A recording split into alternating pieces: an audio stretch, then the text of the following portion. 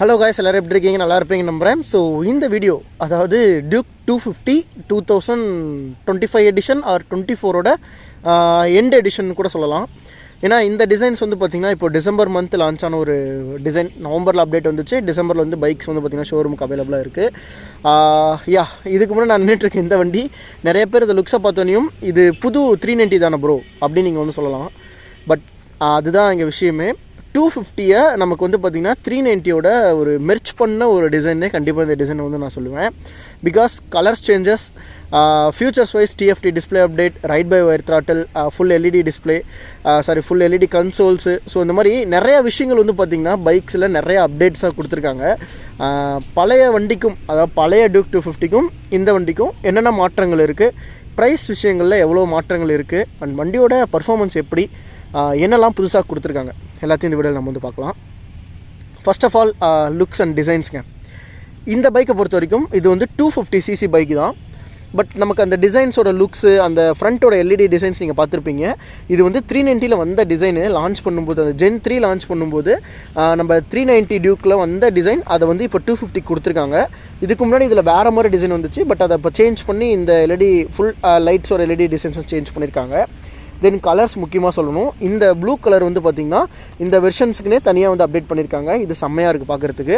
At the same time இப்போ வந்து பார்த்திங்கன்னா டிஎஃப்டி டிஸ்பிளே வருது. தென் ரைட் பை ஒயர் த்ராட்டில் வந்து கொடுத்துருக்காங்க.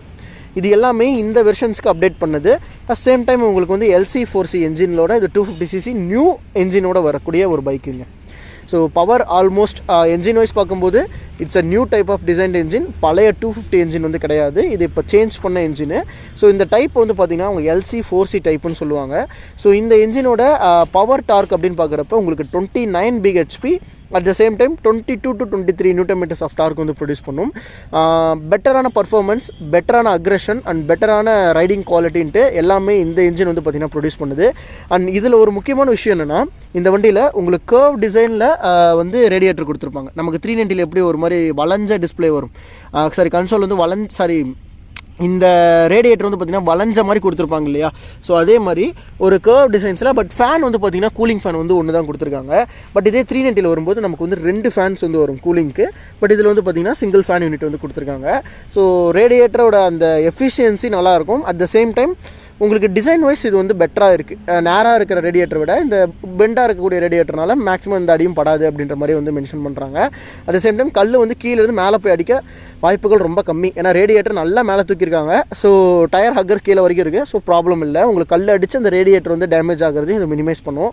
So new engines. At same time இது வந்து ஸ்லிப்பர் கிளச் ஆப்ஷன்ஸோட வரும். 6-speed கியர் பாக்ஸ், பெட்டரான ஒரு கூலிங் இருக்கும் பெரிய ரேடியேட்டர் அப்படிங்கிறதுனால. உங்களுக்கு ரேடியேட்டர் கூலண்ட் இதுக்கு முன்னாடி கீழே வந்துட்டு இருக்கும். இப்போ வந்து பார்த்திங்கன்னா மேலே டேங்க்கு கீழே வந்து கொடுத்துருக்காங்க.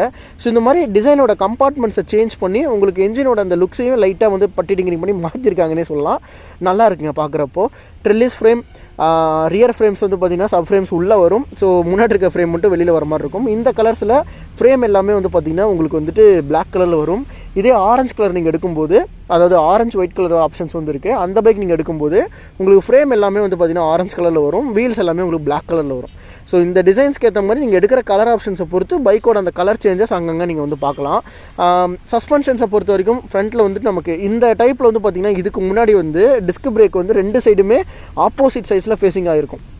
ஃபார் எக்ஸாம்பிள் ஃப்ரண்ட்டு வந்து பார்த்திங்கன்னா உங்களுக்கு வந்து லெஃப்ட் சைடு ஃப்ரண்ட் டிஸ்க் இருக்குன்னா ரியரில் வந்து ரைட் சைடு கொடுத்துருப்பாங்களா. இப்போ வந்து ரெண்டுமே ஒரே சைடில் வந்து வர மாதிரி இருக்குது. ஸோ WP-யோட ஏபெக்ஸ் சஸ்பென்ஷன் கொடுத்துருப்பாங்க. இந்த பைக்கில் அட்ஜஸ்டபிள் கிடையாது. இதே 390ல் இதே டிசைன்ஸில் அட்ஜஸ்டபிள் டைப் வந்து இருக்குது. ஓகேவா. டூயல் பிஸ்டன் கேலிப்பரோட வரும். அண்ட் டிஸ்கோட சைஸ் பொறுத்த வரைக்கும் 320mm disc brake.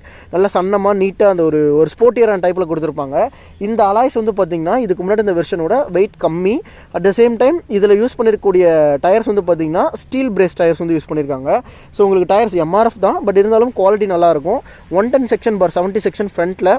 At the same time ரியரில் வந்து பார்த்திங்கன்னா 150 section 150/60 section R17 radial tyre வந்து யூஸ் பண்ணியிருக்காங்க. MRFங்க, டியூப்லெஸ் தான் ரெண்டுமே. அந்த ஃப்ரேம்ஸ் எல்லாமே வந்து பார்த்திங்கன்னா இதில் வந்து இந்த ரியர் சஸ்பென்ஷன் வந்து ஒன் சைடு வந்து பார்த்திங்கன்னா அட்டாச் ஆன மாதிரி இருக்கும். சென்டரில் இருக்காது. அந்த கவாசக்கியில் அந்த ஸ்போர்ட்ஸ் பைக்லாம் பார்த்திங்கன்னா எப்படி இருக்கும், ஸோ அதே மாதிரி வந்து கொடுத்துருக்காங்க. அது நல்லா இருக்குங்க பார்க்குறப்போ. நல்லா ஸ்போர்ட்டியராகவும் இருக்குது. அட் த சேம் டைம் இது லுக்ஸுமே வந்து பார்த்திங்கன்னா பெட்டராக இருக்குது. அட்ஜஸ்டபிள் டைப் இல்லை, ரியரில் மட்டும் உங்களுக்கு வந்து அந்த சாஃப்ட்வேர் அண்ட் ஹார்டர் வந்து அட்ஜஸ்ட் பண்ணுற மாதிரி இருக்கும். பட் எலக்ட்ரானிக்கல் கிடையாது, மேனுவல் தான். அப்படியே ரியரோட செக்மெண்ட் சைடு வந்து பார்த்தீங்கன்னா ரியர்ஸில் ஒரு நியூ செக்மெண்டட் லைட்டு. இது வந்து பார்த்தீங்கன்னா இந்த டிசைன் சேஞ்ச் பண்ணும்போதே விட்டுருந்த லைட் தான், அதில் எந்த மாற்றங்களும் இல்லை. ஒரு டி ஷேப்பில் வரும். அட் த சேம் டைம் உள்ள பிரேக் லைட்ஸ்க்கு வந்து பார்த்தீங்கன்னா எல்இடிஸ் வந்து இருக்கும். இண்டிகேட்டர்ஸ் 4மே வந்து பார்த்தீங்கன்னா உங்களுக்கு வந்து எல்இடிஸ். அண்ட் ரியரில் அந்த மட் ஃப்ளாப் நல்லாவே பட்டையாக வந்து யூஸ் பண்ணியிருக்காங்க. இதை கழட்டிட்டிங்கன்னா நல்ல செம்ம ஸ்போர்ட்டியாக இருக்கும் இந்த வண்டி. பட் சேர் அடிக்குமே, அதுக்காக இது கொடுத்துருக்காங்க. மற்றபடி கீழே வந்து பார்த்தீங்கன்னா டயர் ஹக்கர்ஸ்ன்னு சொல்லிட்டுலாம் எந்த விஷயங்களும் இல்லை, ஓப்பனாக தான் இருக்குது. ஏன்னா மோஸ்ட்லி பைக் கொஞ்சம் ப்ராடராக இருக்கும். இதுக்கு முன்னாடி இருந்த டியூக்கை விட இது கொஞ்சம் அகலம் அதிகம்.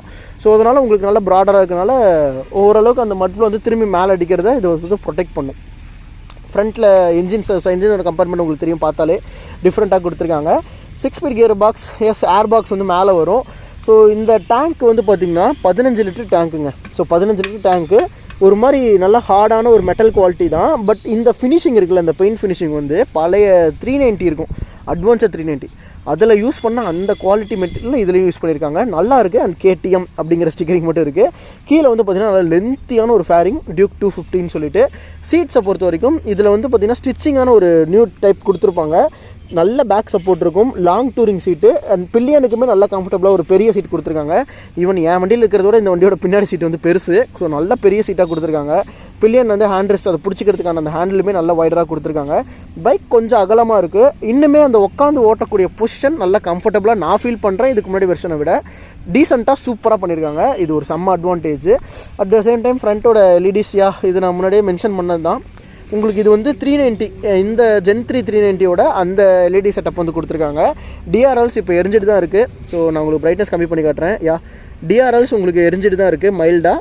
ஸோ எல்இடிஸ் வந்து ஒரு 4 டைப் எல்இடிஸ் வந்து ஸ்பிளிட் பண்ண மாதிரி கொடுத்துருக்காங்க. இண்டிகேட்டர்ஸ் 4மே ஹாலஜன். ஸோ ஹசார்ட்ஸ் இருக்குது இந்த வண்டியில். இது சுவிட்ச் டைப்லேயே உங்களுக்கு வந்துடும், ஹசார்ட் வந்து வந்துடும். ஸோ இப்போ மெயினாக அந்த ஒரு மாற்றங்கள் சைடு பார்க்குமா, கன்சோல். இந்த வண்டியில் டிஎஃப்டி டிஸ்பிளே, இதுலேயும் சரி டியூக் 200லேயும் சரி, ரெண்டுலேயுமே டிஎஃப்டி டிசைன்ஸ் வந்து கொடுத்துருக்காங்க. டிஎஃப்டினா colour display, okay. Side sensor காட்டுது. கண்ட்ரோல்ஸ்க்கான பட்டன் எல்லாமே சைடில் வந்து கொடுத்துருக்காங்க. இதில் நம்ம பார்த்தோம் அப்படின்னா நமக்கு வந்துட்டு ஏபிஎஸ் ஸ்ட்ரீட் மோடு, இதில் வந்து ரைட் மோடு வந்து இருக்குது. 200ல் ரைட் மோடு வந்து கிடையாது, இதில் ரைட் மோடு வந்து கொடுத்துருக்காங்க. ஸோ பைக் இன்ஃபோ மேலே ரைட் மோடு பார்ப்போம் என்ன இருக்குன்ட்டு. Ride mode street okay. Track, street, track, 2 mode தான். அந்த டிசைன்ஸ் சேஞ்ச் ஆகுறது உங்களுக்கு தெரியும், பார்த்தா நல்லா உங்களுக்கு காட்டுறேன் பாருங்கள். இப்போ ஸ்ட்ரீட்டில் இருக்கா, ட்ராக்குனா அந்த ட்ராக்கோட டிசைன் வருதா, இது நல்லா இருக்குது. அந்த கிராஃபிக்ஸ் டிசைன் நல்லாயிருக்கு. அப்படியே ஏபிஎஸ் பொறுத்த வரைக்கும் ரோட்டில் வந்து பார்த்திங்கன்னா சூப்பர் மோட்டோ ஏபிஎஸ் வந்து இருக்குங்க, செம. Road and super moto. அந்த சூப்பர் மோட்டோ அப்படிங்கிறப்ப ரியரோட ஏபிஎஸ் மட்டும் வந்து பார்த்திங்கன்னா உங்களுக்கு கட் ஆகிடும், ஃப்ரண்ட் ஏபிஎஸ் இருக்கும். அதுதான் ரெட் கலரில் வந்து மென்ஷன் பண்ணுறது. ஸோ நெக்ஸ்ட் அப்படியே பார்த்திங்கன்னா கீழே பைக்கோட இன்ஃபோ கொடுத்துருக்காங்க. ட்ரிப்ஸ் வந்துருக்கு, ட்ரிப் 2, ட்ரிப் 1. ஸோ இந்த ரெண்டுக்கான இன்ஃபர்மேஷன்ஸை நீங்கள் வந்து பார்த்துக்க முடியும். தென் அதுலேயே வந்து பார்த்திங்கன்னா கீழே வந்துட்டு உங்களுக்கு நேவிகேஷன்ஸ், அதே மாதிரி கனெக்டிவிட்டி இதுலேயுமே வந்து பார்த்திங்கன்னா நமக்கு வந்து இது பண்ணியிருக்காங்க, க்ளோஸ் பண்ணி வச்சுருக்காங்க. ஃபேவரட்ஸ் அப்படின்னு பார்க்குறப்போ டிசைன்ஸ், தென் குயிக் செலக்டர், அந்த ஒரு விஷயம், கனெக்டிவிட்டி, குயிக் ஷிஃப்டர் இருக்குது, செம்ம ஒரு options. Quick shifter plus, on பண்ணிக்கலாம், ஆஃப் பண்ணிக்கலாம். செம்ம இல்லை, குயிக் ஷிஃப்டர் ஆப்ஷன் பெஸ்ட்டுங்க. இதை நான் எதிர்பார்க்கவே இல்லை, பைக்கில் குயிக் ஷிஃப்டர் வர்றது சூப்பராக இருக்குது. ஷிஃப்ட் லைட்டை பொறுத்த வரைக்கும் நமக்கு menu is not available below 1000 RPM. Okay, 1000 RPM கீழே இருந்தால் ஷிஃப்ட் லைட்டோட டிசைன் வந்து நம்ம மாற்ற முடியாதுன்னு காட்டுது. இதுவுமே ஒரு நல்ல ஃபீச்சர் தான். இவ்வளோ தான்.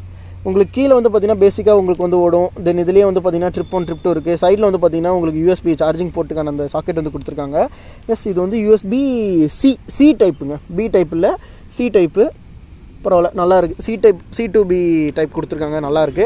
அண்ட் கன்சோல்ஸ் வந்து பார்க்குறப்போ கன்சோல் டீசெண்டாக இருக்குது. அண்ட் சுவிச்சஸோட கண்ட்ரோல் எல்லாமே ஒரு ஜாய்ஸ்டிக் மாதிரி கொடுக்காம பட்டன் ஆப்ஷன்ஸ் கொடுத்துருக்கிறது இன்னுமே ஈஸி. நீங்கள் இப்படி ஹோல்ட் பண்ணுறீங்க அப்படின்னா 1 ஃபிங்கரில் நீங்கள் வந்து ஆப்ரேட் பண்ணிக்கலாம், நல்லாயிருக்கு. இண்டிகேட்டர் ஸ்மூத்தராக இருக்குது, ஹார்ன் டீசெண்டாக இருக்குது, lights high beam low beam, then pass அதிலே இருக்குது இன்டகிரேட்டடாக. இது வந்து ஹசார்டுக்கான சுவிட்சு. அப்படியே சைடில் வந்து பார்க்குறப்போ நமக்கு இந்த டிசைன் வந்து பார்த்திங்கன்னா 390ல் இருக்க அதே சுவிட்ச் கண்ட்ரோல் டிசைன் தான். ஏன்னா ரைட் பை ஒயர் த்ராட்டலோட வரதுனால இந்த டிசைன் வந்து இப்போ மாறுது. ஆன் சொல்லி ஸ்டார்ட் பண்ணி பார்த்துருவோமா? ரொம்ப அமைதியாக இருக்குங்க, ரொம்ப அமைதியாக இருக்குது சவுண்டு. எக்ஸாஸ்ட் நோட்டு கேளுங்க, இது அண்டர் பெல்லில் தான்.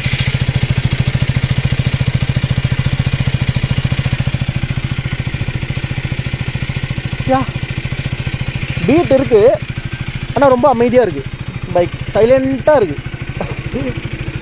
ஓகே, டாமினார்ஸ் மிரர்ஸ் மாதிரி டைப்பு. இந்த மிரர் வந்து எனக்கு பழைய மிரரோட இந்த மிரர் ரொம்ப பிடிச்சிருக்கு. ரோட்டில் நல்லாவே தெரியுது பின்னாடி இருக்கிறதுலாம். டிஸ்டன்ஸுமே நம்ம பாடியை விட்டு கொஞ்சம் வெளியில் இருக்கிறனால சூப்பராக கவர் ஆகுது. அட் த சேம் டைம் இந்த மிரரோட இது வந்து பார்த்திங்கன்னா பைக்குள்ளேயே இருக்கிறனால இந்த மிரர் எனக்கு பிடிச்சிருக்கு. ஆக்சுவலாக இது நல்லா இருக்குது, ஓட்டுறப்பையும் நல்லாயிருக்கு, பின்னாடி பார்க்குறதுக்குமே நல்லா யூஸ்ஃபுல்லாக ஹெல்ப்ஃபுல்லாக இருக்குது. இதுக்கு முன்னாடி மிரர்ஸ் கொஞ்சம் லென்த்தாக இருந்தாலும் குட்டியாக இருக்கும் அந்த பார்க்குற ஸ்பேஸு, பட் இது கொஞ்சம் பெருசாக இருக்குது. இந்த கலர் தாங்க எனக்கு தெரிஞ்சு செம்ம பண்ணிட்டாங்கங்க. கலர் தான் சூப்பராக இருக்குது. எனக்கு இந்த ப்ளூ அண்ட் ஆரஞ்சு காம்பினேஷன் சொன்னேன், எனக்கு ப்ளூ கலர் ரொம்ப ஃபேவரெட்டு. ஸோ அதில் இந்த பைக்கில் கொடுத்துருக்கு இந்த திக் ப்ளூ ப்ளஸ் அந்த ஆரஞ்சோட பிளெண்ட் பண்ணியிருக்கக்கூடிய அந்த டிசைன் பார்க்குறதுக்கு சூப்பராக இருக்குது. இந்த பைக்குக்கு நல்லா எலிவேட் பண்ணி கொடுக்குதுன்னு சொல்லலாம். யா, பைக்கோட ஓவரால் அந்த ஒரு ஃபியூச்சர்ஸ்ன்னு பார்க்குறப்ப இவ்வளோ தான். இந்த பைக்கை நான் ரைட் பண்ணிட்டு தான் இருந்தேன். ஸோ இதுக்கப்புறமும் உங்களுக்கு ரைட் வீடியோ தொடர்ந்து இதுக்கு அடுத்த வீடியோ வரும். ஸோ அதில் நீங்கள் கூட பார்ப்பீங்க வண்டி எப்படி இருக்குன்னு, லுக்ஸ் வைஸ், டிசைன்ஸ் வைஸ், கொஞ்சம் ஆஃப் ரோட் கண்டிஷன்ஸ் கூட எப்படி பர்ஃபார்ம் பண்ணணும்னு தெரியும். ஏன்னா கீழே வந்து கிரவுண்ட் கிளியரன்ஸ் ஓரளவுக்கு எனக்கு தெரிஞ்சு 160 mm கிரவுண்ட் கிளியரன்ஸ், பட் அந்தளவுக்கு பெருசாக கீழே எங்கேயும் தட்டாதுன்னு நினைக்கிறேன். டீசெண்டாக வந்து கொடுத்துருக்காங்க. ஸோ பார்ப்போம், ஓட்டி பார்ப்போம் பைக் எப்படி இருக்குது அப்படின்றத அந்த வீடியோவில் நீங்கள் வந்து பார்க்கலாம். ஸோ இந்த வண்டியோட ப்ரைஸ் அப்படின்னு பார்க்குறப்போ இதுக்கு முன்னாடி டியூக் 250 அந்த 2.25 லட்ச ரூபா அந்த செக்மெண்ட்டில் இருந்தது இல்லையா, இப்போவும் அதே செக்மெண்ட் அதே ப்ரைஸ் தான். இவ்வளோ சேஞ்சஸ் பண்ணியும் ப்ரைஸில் அந்தளவுக்கு எந்த மாற்றங்களும் இல்லை. ஸோ சேம் ப்ரைஸ் உங்களுக்கு 2.25 லட்சத்தில் இந்த செக்மெண்ட்டில் வந்து வருது.